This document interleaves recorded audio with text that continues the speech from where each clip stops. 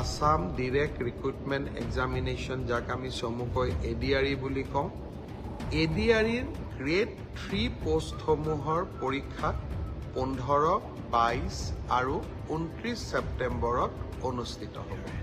মই আকৌ এবাৰ কৈছোঁ যে গ্ৰেড 3 পোষ্টসমূহৰ বাবে ইণ্টাৰভিউ 15, 22 আৰু 29 ছেপ্টেম্বৰত অনুষ্ঠিত হ'ব।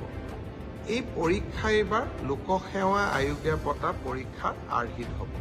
প্ৰথমতে প্ৰিলিমিনাৰী পৰীক্ষা হ'ব, তাৰ পিছত মেইনছ হ'ব, আৰু মেইনছৰ পিছত আমি ভাইভা প্ৰক্ৰিয়াৰ মাজেৰে আমি সমগ্ৰ ইণ্টাৰভিউ প্ৰক্ৰিয়াটো সমাপ্ত কৰিম। প্ৰিলিমছ এক্সাম তৃতীয় শ্ৰেণীৰ পদসমূহৰ বাবে 15, 22 আৰু 29 ছেপ্টেম্বৰত অনুষ্ঠিত হ'ব।